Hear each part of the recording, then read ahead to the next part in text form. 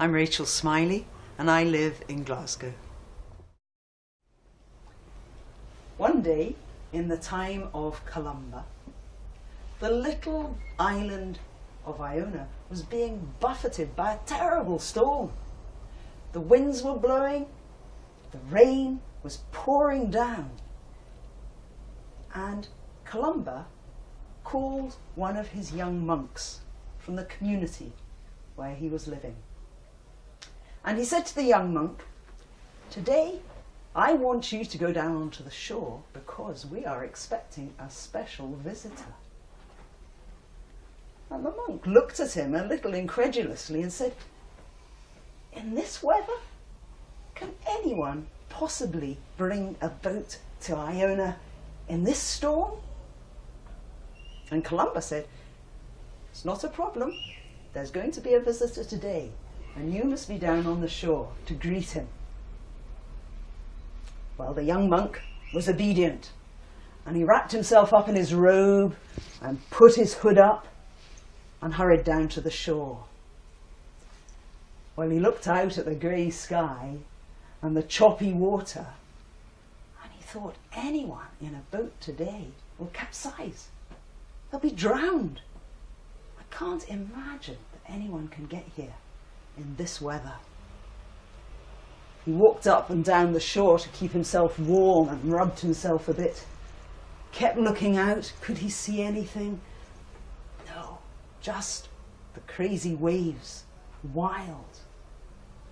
And just when the monk was about to give up and go back to the monastery, he happened to look up into the sky and see a dark shape round the edge of a cloud.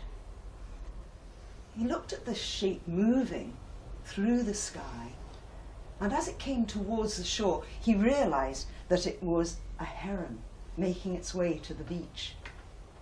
It was buffeted by the wind, and it was as if it had no strength and could hardly make its way to land.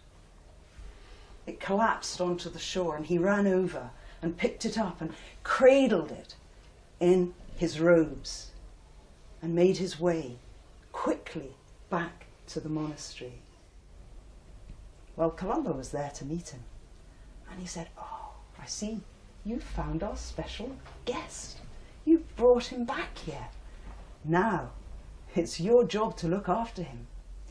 You see, he's very special because he comes from the area of Ireland that we are from. He nested there, and he's come to visit us.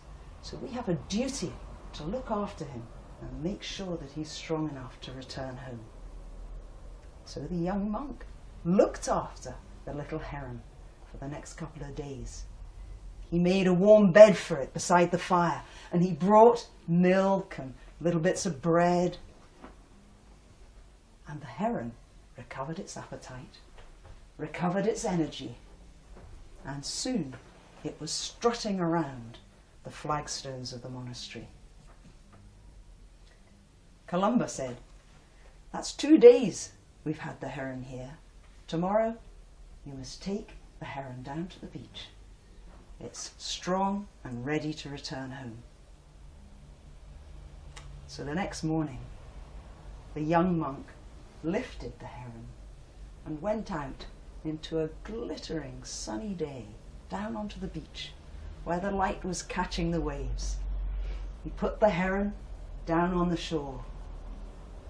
The heron stretched its body, its legs, its neck, raised its wings and flapped them into the sky and took off, and with its beak pointed towards Ireland and its legs trailing against the blue sky, it flew back in the direction from which it had come.